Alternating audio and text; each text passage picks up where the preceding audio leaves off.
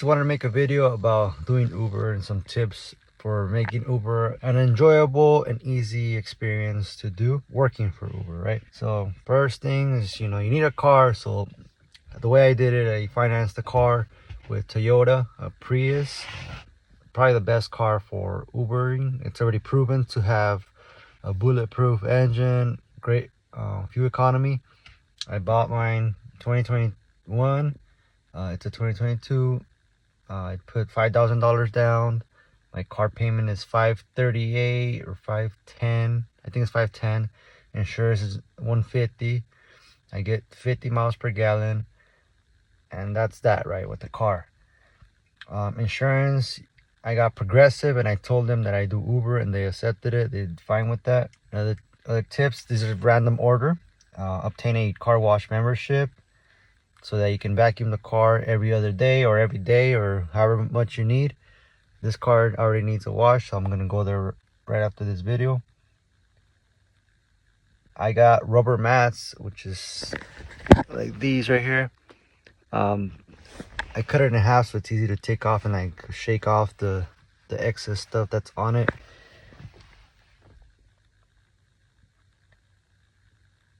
So you have the option to deliver food, deliver people, transport people, and transport people with pets. You can turn those off and just select the ones you like. It's quite simple on the app. Just click and unclick. As you can see, you go here. You can see right there, pet, UberX, Intercity. I don't know what that means, Intercity. And then deliveries. You could also do by area. You could choose which areas you want to stay in for 2 hours. This is only 2 hours. You have 2 destination routes, which would take you to your destination. Destination mode is just like you put your home address. It'll give you rides towards your house, so you don't have to drive all the way back without rides. But it doesn't always work. It sometimes leaves you even further or along the way, but still pretty much the same time it takes to get to your house. Take with you a reusable water bottle with a straw. I mean, that's something I use right here. I do have black coffee just in case in the container. Let me show you what I got. I got black coffee just in case. Quick mix, so the one that dissolves. I got quarters. I got gel. I got Q-tips, AirPods, and a fork and stuff to eat. You want to make sure you have reusable rags, like microcloths. So I have like at least 20 of these.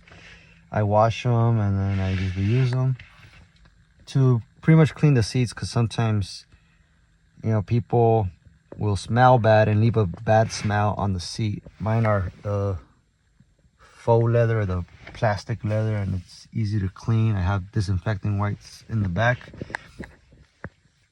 Let's see, another thing, if you have ideas while driving, it's good to have like note cards or a notebook where you could take notes on a piece of paper.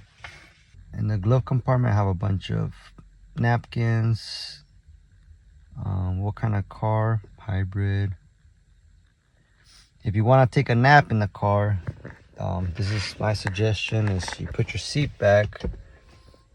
I mean, I don't know if this is allowed or this is legal, but I take naps in the car here and there because I need to. It's better than me driving tired. So what I do is I take off this and I use it kind of as a pillow to sleep for like 10 minutes. I haven't done it in a while. I haven't needed to. So the maintenance, I do it at Valvoline, instant oil change. It comes out to like $90 or $95. I buy my own oil and I take it to them, and I think they give a discount for Uber drivers. Where do I go to the restroom? I use the restroom mostly at parks, Target. When I go to eat at Chipotle or another restaurant, that's where I normally go use the restroom. But the parks, I have them all saved on my phone. They're all with stars, and I also have restaurants. Let me see if I could show you on my phone. There we go. So some of these places have stars, and these are restrooms. The stars are restrooms, and they are, important for, getting. Anyways, so I eat at Chipotle around 11. I reduce simple carbs to avoid getting sleepy or sleep coma. Chinese food is also good. Bang for your buck. If you want healthy stuff, it's Chipotle. Order the extra stuff. Go to Sweetgreens. It's expensive, but it's in my opinion, it's very delicious. What is my schedule? Well, I used to do 5 a.m. and it's good because, you get your $200 easy in a day in like 10 hours. It should be $200 or more. How much do I spend on gas? It's going to be about between $10 to $20. A full day of work, like 12 hours, maybe $30, maybe almost, 3/4 of the tank. For the most part, it's like a quarter to half a tank on a Prius. So I let people know if they want me to, not all the time, but if I notice like the weather's kind of weird and I can't really gauge the AC settings, I let the people know like, hey, if you want me to change it or change the music, let me know. I take just about every ride. I go anywhere, honestly, unless I have an important thing to do in the day or somewhere to be. I try to plan around it. But other than that, I go anywhere, accept all the rides, basically. My rejection percentage is like, I don't know, 1% or 2%. So acceptance rate is 94%. Satisfaction rate 99. Driver rating is 5 stars.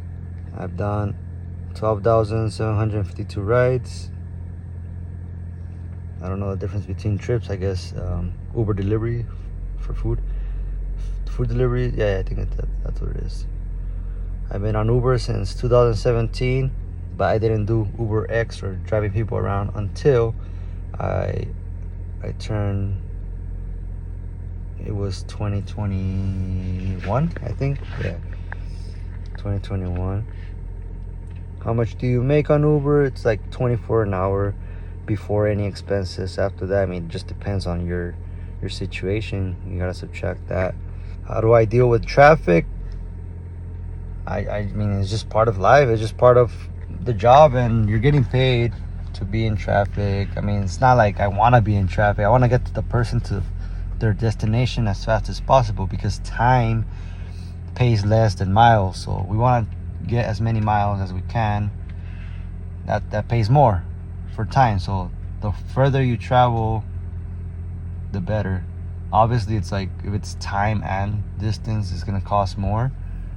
But for the most part, I prefer to go the distance instead of the time. Uber does cover you for like Proposition 22 if you didn't make, I think it's like 1.3 the minimum wage. They'll compensate you every 2 weeks, like an extra 200 or an extra 150 for those 2 weeks. I let people use the windows. I have no problem with them opening the windows.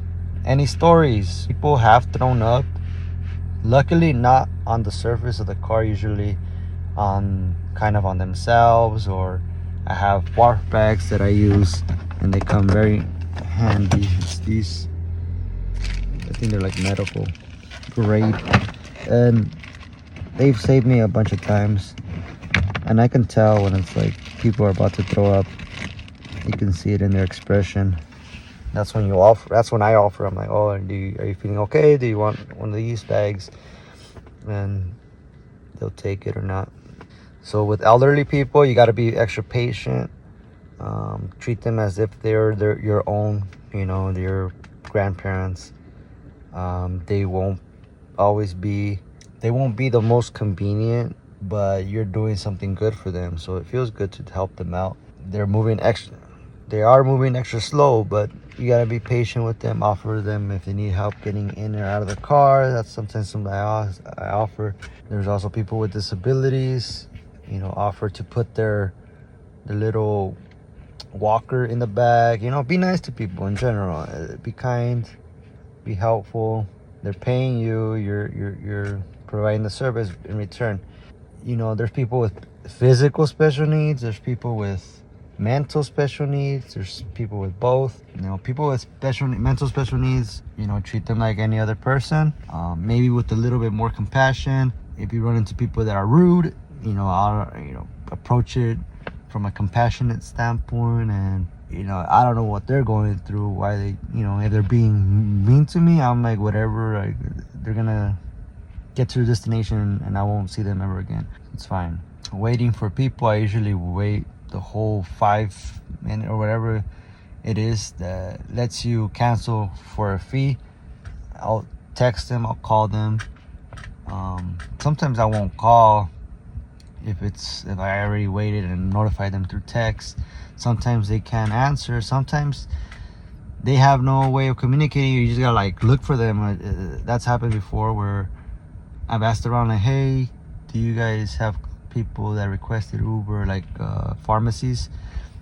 These situations happen with medical, with hospitals or pharmacies order Uber for a client or customer, but because it's done through a third party, then the passenger doesn't have communication with me, so I kind of look around. But that's what I do sometimes. Grocery stores, a lot of people also need help transporting their goods from the grocery store to their house. It's happened where it's an elderly and I help them with the bags, put them in the car. Hospitals, they sometimes have their own pickup places, but they're pretty straightforward. Doing Uber, you will come across so many parts of the city you didn't know. You will come across interesting neighborhoods, sometimes areas where it's kind of like, am I safe here? Around those motels. You will run into prostitutes that use Uber as a service, which is fine. Keep everything to yourself. Just give them their right and don't get into trouble trying to solicit anybody. Just do your job, basically.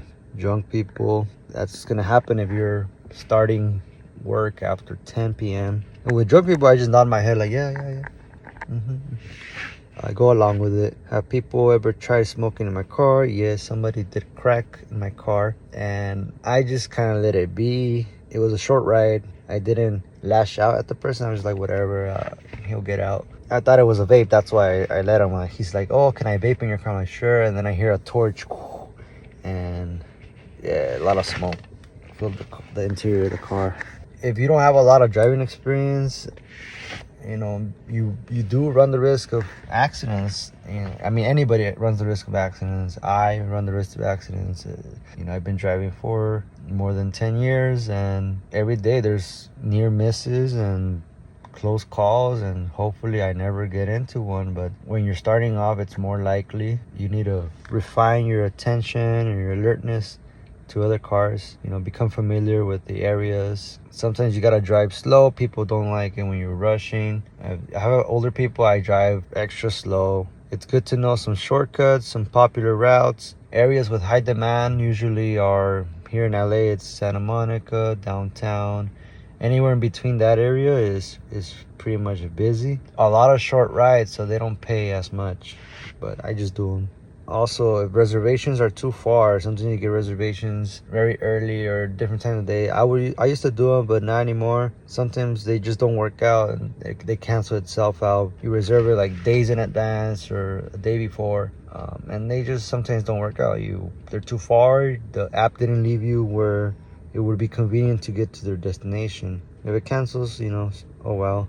you did your best. I recommend having a dash cam. I have one right there, and it was probably like $100, I think. Very simple to use. It saved me once from somebody reversing into my car. They were able to cover their insurance covered the accident. Some other things that some other tips so that it's comfortable driving is having cotton underwear. That's important because you're sitting, you don't want to sweat and smell. It's true. I mean, it's just something you gotta do. I use a cotton towel to sit on because these leather seats, they make you sweat even when it's cold. So cotton, try to use cotton. This is not cotton. I should have worn cotton today, but the cotton is better for, you know, preventing your body from moisture. Let me take you to the back. In the back, I have pretty clear. Right now I have oil change stuff, but you want to have maybe some Windex, some bags, just for groceries, some cleaner. This is a pet stain odor eliminator, just in case. I have this disinfectant wipes right here, and shoes, extra shoes. I normally use sandals because also, again, I want to let my body breathe comfortably. All right, another thing I use is this vest. In this vest, I carry all the important stuff: keys, wallet, pen, all the essentials, so I don't lose them. And I just put it on and go to work.